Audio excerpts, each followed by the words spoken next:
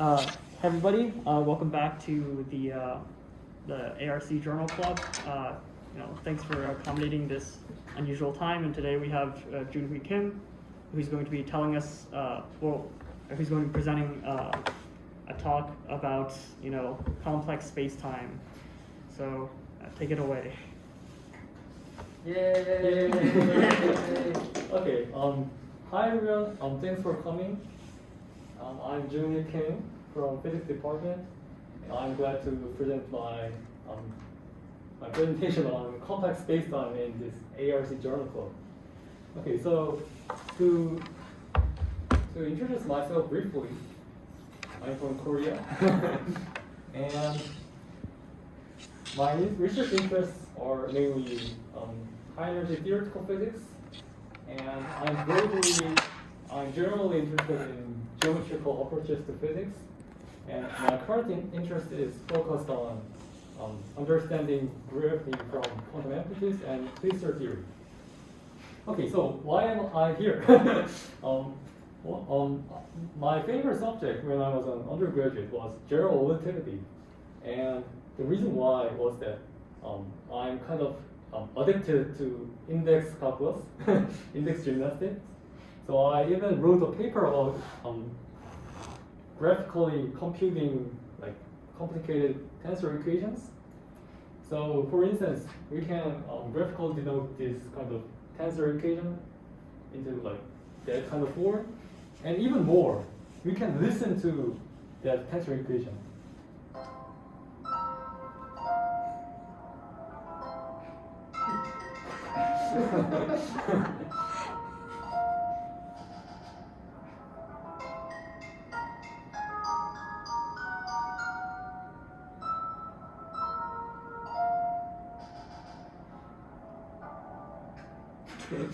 Yay! We just listen to the music of tensors. Okay. And I kind of made some follow-up creative attempts. So like I draw a picture with tensor notation. Yeah. But unfortunately, what I wanna talk today is not about the graphical notation thing, but about my recent paper named "The Relativistic Spherical Top as a Massive Twister." Okay, so it's about relativistic spinning particles. So the study of relativistic spinning particle was initiated by Hansen and Reggie in the 70s. And it turns out that the problem is not quite trivial. So in the non-relativist case, the actual physical degrees of freedom of a massive spinning particle is 6, namely 3 of its position and 3 of its components of the spin angular momentum vector. But in the relativistic setting, we have 4 positions. So the one redundant position will be annihilated by the wordline reparametrization redundancy. So if we choose the proper time gauge or proper time parameterization, we set the magnitude of the 4 vector to be the unit. So that removes 1 degree of freedom. So we recover the 3 physical degrees of freedom. Okay, good. But how can we reduce 3 degrees of freedom from the relativistic spin bivector? So that's called the spin supplementary conditions. So to uniquely determine the time evolution of relativistic spin, we should introduce additional constraints to the system. But it turns out that like mathematically formulating the spin constraints is a difficult problem. So here's Steinov's paradox. So suppose a rotating body is moving towards this direction in a particular frame. Then its center of mass position will be shifted towards like this direction because on this part the matter is slow, so its relativistic mass or relativistic gravitational mass or the 0, 0 component of the stress energy tensor will be like small. and this part, it will be heavy. So the central mass position will be shifted. So this shows that the central mass position is dependent on observers. So it is not a not a fixed position. So Steinhoff argued that it can be understood in terms of gauge symmetry in physics. So in this light, he introduced 4 constraints which generates the gauge transformations of choosing a particular center of mass, and after that, the total angular momentum gets divided into split into orbital parts and spin parts. But his constraints was like not optimal for the problem, and they do not Poisson commute due to Wigner rotation. So there's kind of intricacy of understanding these constraints in a mathematically well-defined manner. So in my paper with Professor Sang-Lee, we revised Steinhoff's constraints into manifestly 3 degrees of freedom, which Poisson commute. So we have solved the Wigner rotation problem. And furthermore, we showed that the relativistic spin particle is somehow alternatively formulated in terms of twistor. Yeah, so kind of thing. Yeah, so one of the findings of our paper was that in the covariant spin gauge, the commutator between position coordinates gains a non-zero value, which is proportional to the spin angular momentum. So this means that there's no such thing as position eigenstate, x position eigenstate. So this is kind of very contrary to our ordinary notions in undergraduate quantum mechanics. So here's the quiz: how can we construct an analog state of position eigenstate? So how can we construct a commuting set of variables provided these commutation relations?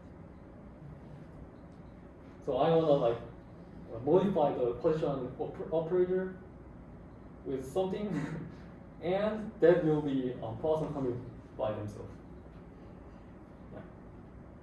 Yeah, I'm presenting this in the quantum mechanics notation, but you can equally think this as a Poisson brackets, not canonical commutation relations. Okay, but the answer is that considering these particular combinations, so we first define the spin length vector, which is defined by dividing the spin vector by MC, and then the commutation relation between x and a takes the same form. So by composing a complex combination, these terms cancel, and the complex positions themselves commute. Yeah. So the complex combinations kind of skew diagonalize the Poisson brackets for canonical commutation relations. So this motivates that. This motivates defining some complex spacetime coordinates. Yeah, and this implies that an electron lives in the Z eigenstate, the complexified position eigenstate, not the X eigenstate. X does not commute. So provided this, the Coulomb potential should be also complexified. So we should shift the position of the electron into the imaginary direction somehow. Then the Coulomb potential gains on imaginary part. So what would that mean? What's the imaginary part? It turns out that interpreting it as a magnetic scalar potential, while the real part is the electric scalar potential, we immediately get the correct value of the magnetic moment of electron, which is alternatively said G equals to 2. So this kind of like contact with real physics makes us to like investigate more deeper on the idea of complexifying the space-time coordinates. Okay. So any questions so far? Yeah. What does a complex space-time coordinate mean physically? Yeah. So in this picture, the imaginary displacement means spin. Okay. Yeah.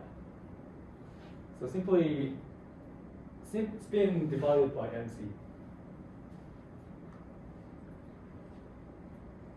Okay. So I would like to start with reviewing some complex structures in physics. So in classical mechanics, the imaginary number is a very useful tool. For instance, we can solve the harmonic oscillator by complexifying the equations and then finally taking the real part. And also there's something called the Riemann-Silberstein vector. So by using those complex combinations of electromagnetic fields, we can reduce the four Maxwell's equations to two equations. So it's kind of like providing an alternative description, but while not changing the actual physical content. But in the case of quantum mechanics, complex structures play kind of very crucial role, and it is kind of physical reality. Yeah, imaginary numbers are real. So that's because quantum mechanics has a probabilistic nature, and that is described by what is called the quantum amplitudes, which I denote by cursive A. So we sum over all quantum amplitudes and take the absolute value squared, and then we get the quantum probability. So this picture of quantum amplitudes turns out to be useful from the tiniest scale to the largest scale, namely the particle collider physics to LIGO physics. So that's why Professor Teukolsky recommends his students to take quantum field theory classes. That's asking. Okay. Yeah. So for instance, we can solve the homework problem asking the gravitational pull between parallel light rays in terms of quantum field theory. So we can simply calculate the amplitude between two photons mediated by a graviton exchange, and then applying some theory of iconal approximation, etc. We can calculate the impulse very very slick way. And another example is light bending. So the light bending can be described in terms of this Feynman diagram. So the massive particle interacts with the photon by a graviton. So there's an article named Amplitudes for Astrophysics. So yeah, this provides very nice introduction to this kind of amplitudes-inspired methods in gravitational physics. Okay, back to classical physics. The process of promoting a real variable to a complex variable is called complexification. And then we finally obtain the real solution by taking the real part. And a graduate student's version of this is the field theory mode expansion. So in the case of scalar field, we can divide it. We can Fourier transform it and divide it into positive and negative helix frequency parts. And the positive frequency part is the holomorphic part, and we take the real part and we then get the real field. In case of photon and graviton, or electromagnetic waves and gravitational waves, the mode expansion works with these polarization vectors. So this this looks like a quantum field theory expression, but yeah, we have learned this in the GR class. So this should be understood as a classical expression. Okay, so we can even calculate the electromagnetic field of a single photon. So in a particular frame, the polarization vectors are given by this expression, and by calculating the field strengths or the electromagnetic fields, we find that we can find that it has only self-dual or anti-self-dual components, which means that electric fields are equal to magnetic fields by up to a factor of plus minus I. Yeah, yeah, this is Hodge dual. And going further, we can even define something called the Maxwell Spinner. So the Maxwell Spinner is defined by this expression. So we contract the self-dual electric fields with Pauli matrices, and with our calculation, the Maxwell Spinner calculates to this form, which can be split into two vectors because this matrix has rank 1. So we can we define that combinations with each of these combinations by lambda bar or lambda, because it is so lambda variable. Oh.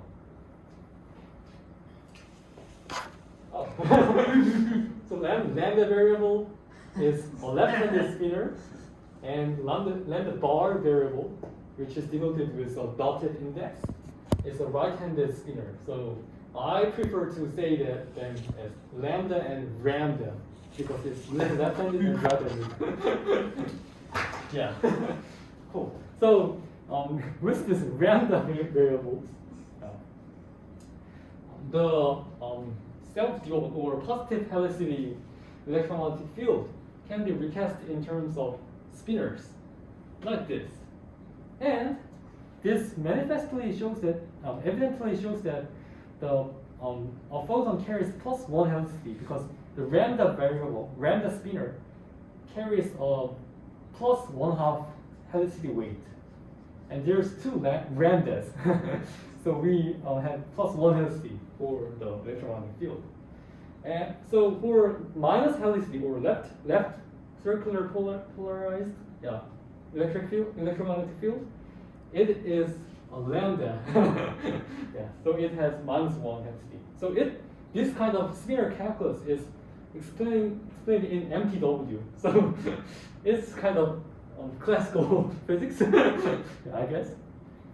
Yeah. So what about gravitons? So we have metric perturbations with that kind of form, with two polarization vectors. And note that I have complexified the metric tensor. So yeah, it's kind of hinting the complexified space-time structure. So by calculating the Riemann tensor, it turns out that the Riemann tensor has only vital components, and it's a square of the electromagnetic field strength. So electromagnetic field strength has one momentum and one polarization vector, and the Riemann tensor has a double copy of them. So calculating in terms of spinors and translating that expression into spinors, we find that the vital tensor has 4 lambda variables. So it's very intriguing to see that the gravity field strength is a square of electromagnetism field strength. So this phenomenon is called the double copy. Oops. Oops. Looks like it.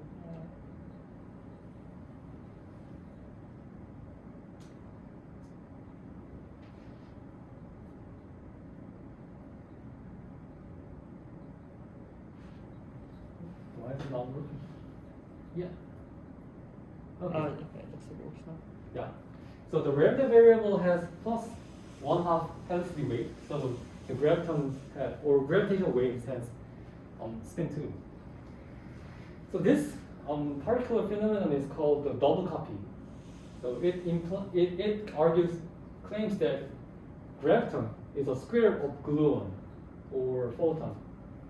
Actually, to formulate the double copy in exact terms, we should consider a non-abelian generalization of electromagnetism. So it's gluon, but yeah, you can think of that as a photon. So in string theory, the what is called the KLT relation provides a rationale of the double copy, and it was explored in the level of amplitudes by Bern, Carrasco, and Johnson. And it turns out that quantum amplitudes of electromagnetism is kind of a square root of the amplitudes of gravity. Okay, the summary so far.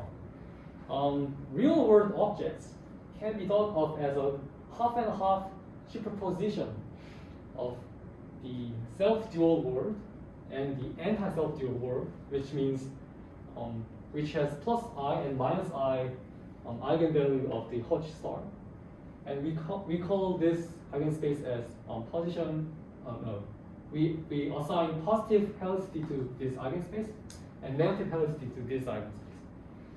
And also, positive helicity photons live in the, that's what I said. And also we found that gravity is En squared, and conversely, En electrodynamics is a square root of gravity. And the arguably easiest way of seeing the double copy structure is by introducing the Spinner helicity variables, the lambda and lambda variables. Okay, questions so far?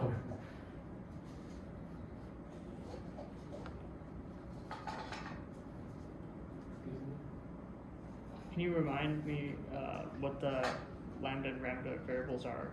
Yeah. Simpler quantities. They follow from the Maxwell Spinner. So, okay. So we calculate the electromagnetic field of a positive helicity photon.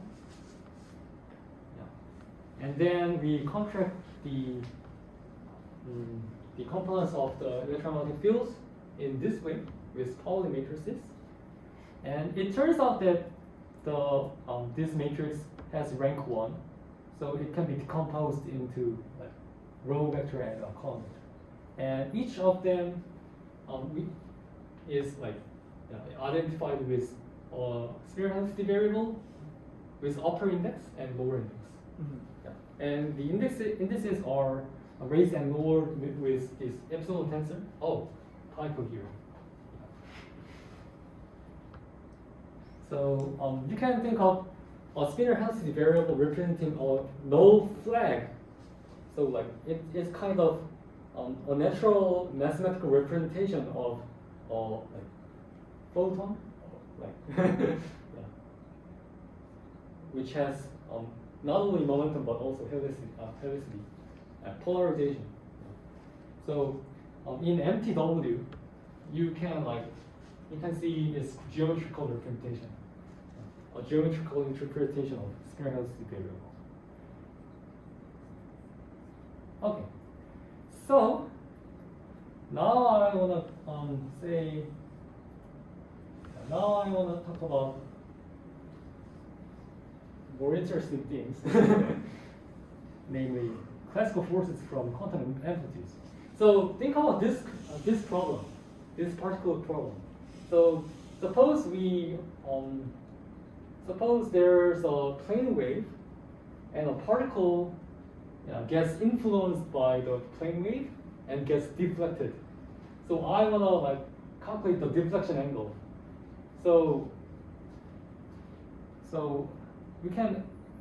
either think of this as an electromagnetic wave or a gravitational wave. So gravitational waves affect the trajectory of the particle, and we are gonna calculate the deflection angle of that. So it's kind of somewhat practical problem. And from the classical equations of motion, we can calculate the impulse in like this. And by plugging in the zeroth order trajectory, which is just a linear trajectory, we can calculate the first order approximation of the impulse. Yeah. So this is called the Bohr approximation.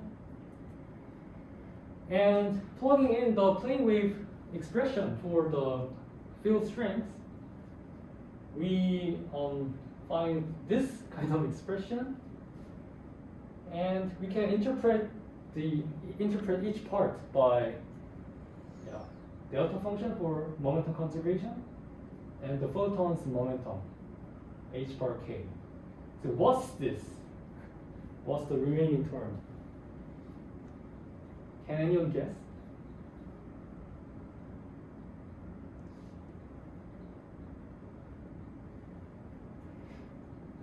So in the classical picture, a plane wave. In the quantum picture, a single photon. So this impulse should be interpreted as the impulse of receiving a photon, like this. So that quantity will be described. Will describe the probability amplitude of absorbing a photon. So this is the probability. This is delta function for momentum conservation, and this is the impulse by receiving a photon. So so calculation in quantum field theory also confirms this interpretation. So we have found this formula. So classical impulse is somehow encoded in the amplitude of quantum particles. Yeah, it's kind of weird. And even more, we can derive this connection. So Cosmology maybe and O'Connell has provided a proof of this relation in their paper. So if you are interested, you can read that paper. Yeah, it's kind of quantum mechanics, not quantum field theory. That much quantum field. Okay, so we have constructed a dictionary between amplitudes, quantum amplitudes, and classical impulse, or classical equations of motion. And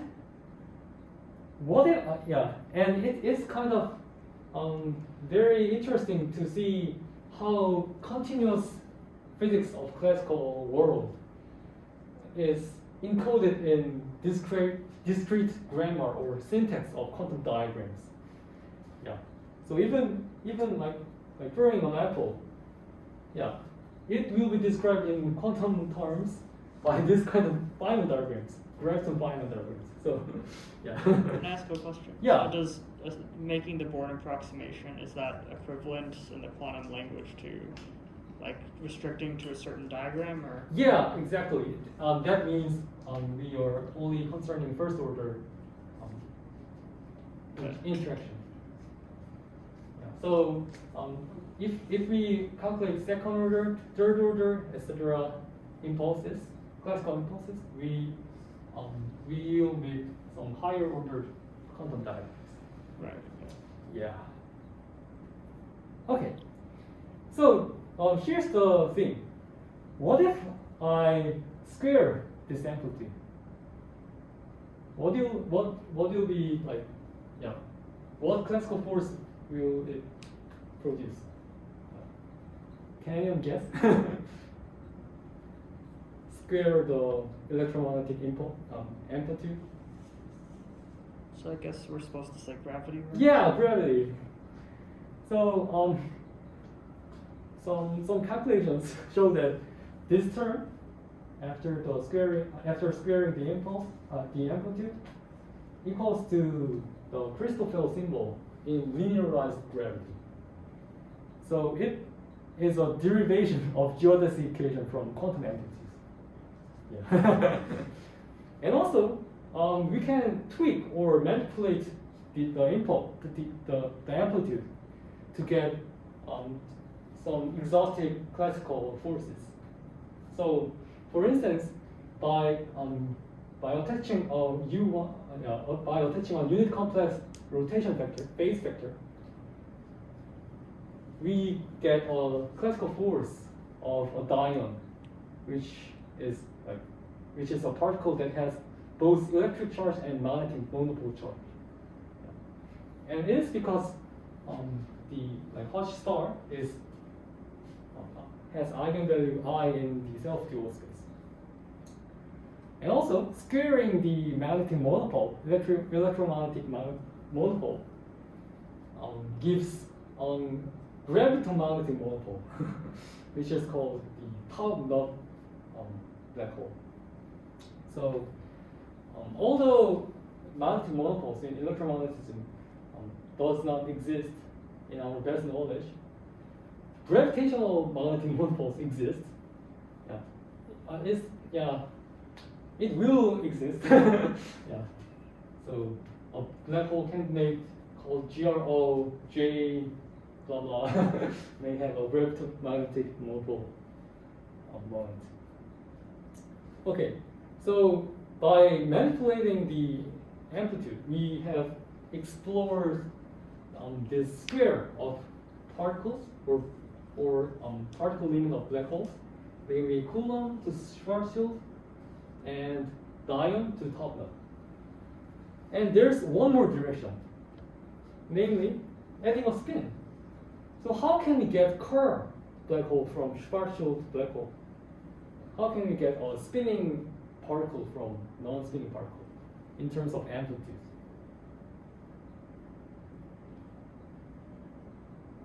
So here's the Coulomb amplitude. And can anyone guess? How can you get a spinning particle from the amplitude perspective?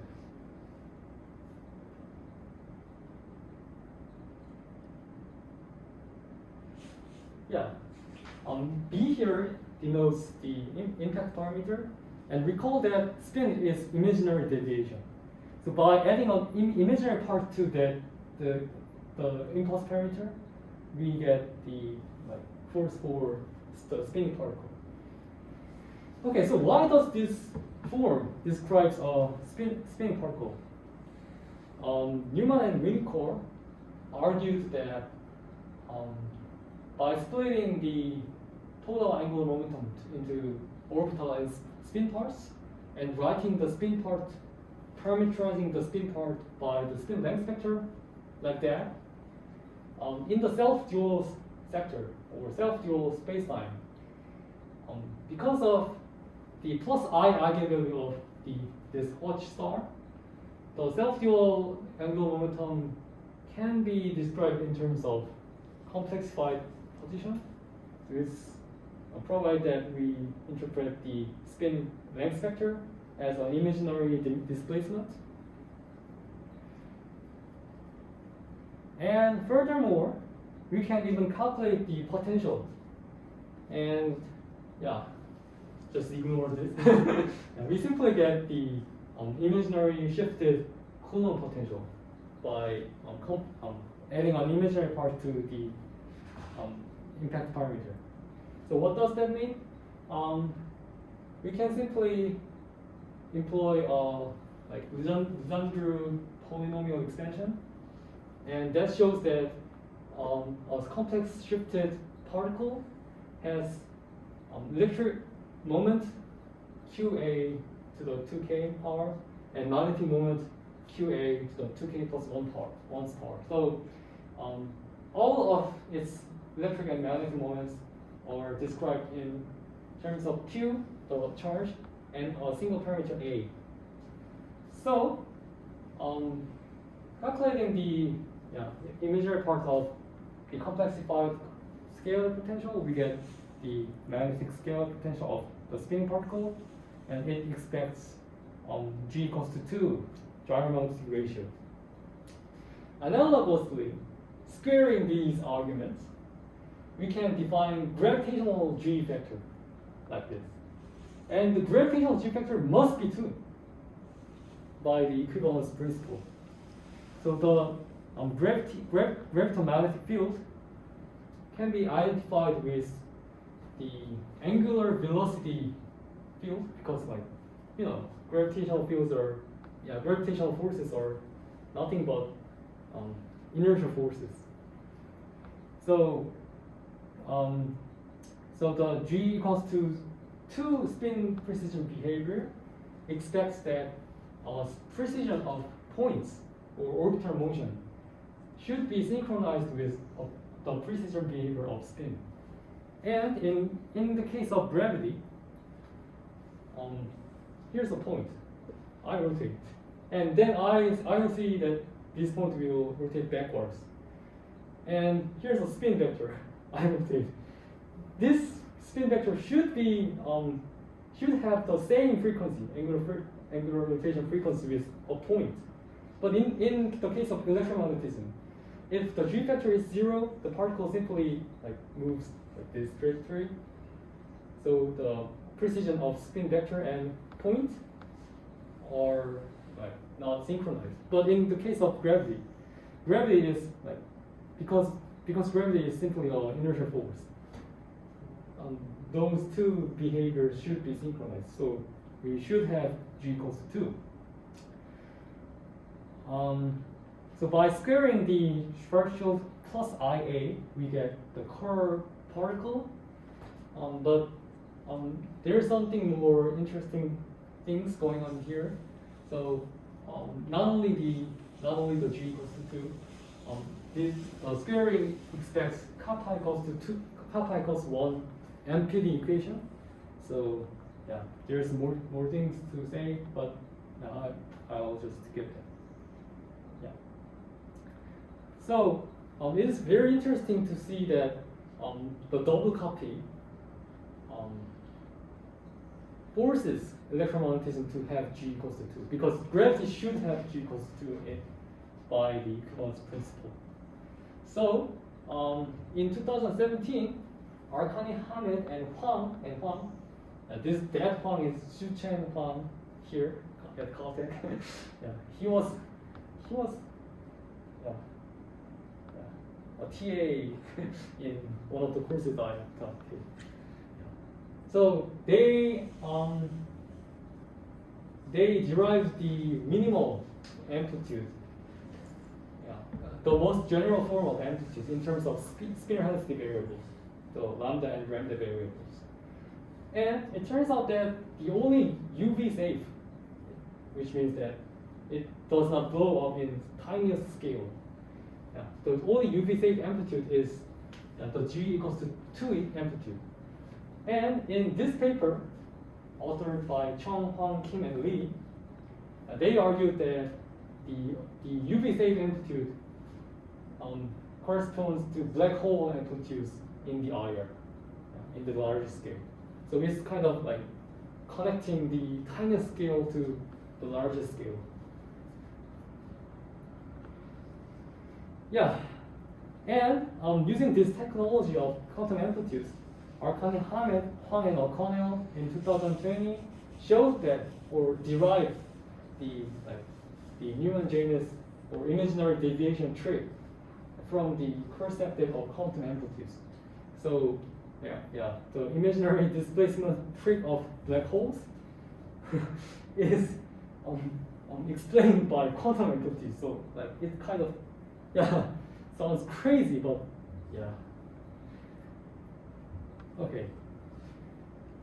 So I would like to end my presentation by explaining some future directions. So far I have restricted my scope in flat space-time. So I only considered linearized gravity over Minkowski background. So what about arbitrarily curved space? This trick of identifying spin with imaginary displacement was initiated by Newman and Janis in the 60s, and there is something called the Kerr-Newman classical double copy. So the double copy I have explained was describing the squaring relations of quantum amplitudes, but it turns out that we can also square the classical solutions of electromagnetism to get a black hole or whatever, gravitational solution. And here's a capture of Wikipedia page. So the Kerr metric can be written in this form, and note the f function there. It can be interpreted as a gravitational potential of two massive bodies in the imaginary, having an imaginary displacement. So something is going on, and in last year, a couple of authors have presented a worldsheet argument for implementing the Newman-Janis shift. So by applying the Stokes theorem on the worldsheet in the complexified spacetime, we can shift the scalar particle or Schwarzschild black hole to Kerr black hole. But their argument was in many ways sloppy in my standards. So I'm working on to make their arguments mathematically well defined. And in my opinion, the worldsheet trick or worldsheet shift should be implemented not in spacetime, but something, some other geometrical structure. So it's kind of okay. So it's kind of a research secret, but I'm kind of trying to explain the Newman-Janis shift in terms of twisters, because spacetime is doomed. So I'm kind of trying to explain the Newman-Janis shift, not in the spacetime picture, but in an alternative picture, the twistor space. So it is a difficult problem because by x plus IA, in flat spacetime it makes sense, but in curved spacetime it does not make sense. Does not make sense because x is a position or coordinate, but A is a vector. So they transform differently in terms of differential geometry. So so it is an interesting problem. Okay, so thanks for listening. These are the images in my follow-up project, and I wonder whether this unification of position and spin angular momentum lead us to some interesting aspects of unforeseen connections in quantum physics or in classical physics. So keep tuned for my following paper, and thanks for listening. Thank you. Anybody have any questions? I guess it was a pretty complicated talk. I guess I have a few, which are sort of naive. But so you were able to recover the Kerr metric in what is supposed to be a pretty natural way in this presentation. But does this treatment give any sort of insight into the classical problem by itself? Like, is there,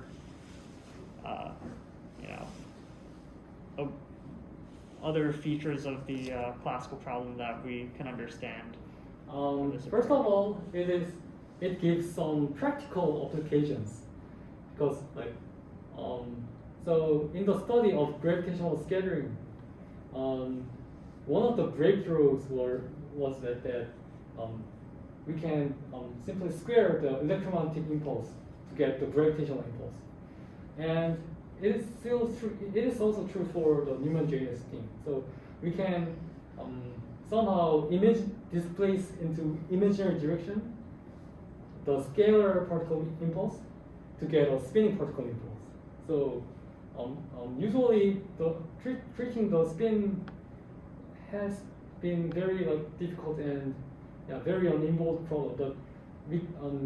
But if we formulate Newman-Janis thing very nicely, then we could be able to compute those kind of Kerr scattering or binary problem easily. So it has a practical aspect, and secondly, it gives a new physical understanding of our classical or quantum physics of spin precision. So that's one of my findings in my follow-up project. And it turns out that holomorphy in terms of complexified position coordinates and self-duality is linked. And by assuming that link or association between holomorphy and self-duality, we can geometrically explain the synchronized spin precision behavior of G equals to 2. So it has been believed that G equals to 0 or G equals to 1, which is the classical value, are the natural value of the dramatic ratio. But these kind of Newman-Janis stuffs imply that G equals to 2 is the minimal coupling or the simplest classical dynamics. So yeah, so the classical value is G equals to 1, but the Newman-Janis tells us that G equals to 2 is also minimal in the classical. So is there an intuitive way to see, I guess that fact, why G equals to 2? Yeah, so it's cartoon providing the answer for why G equals to 2 in the classical setting, as well as the quantum setting. Any other questions? All right. Well, let's give Joonhwi another round of applause. Thank you for listening. Thank you. Thanks so much. Yeah.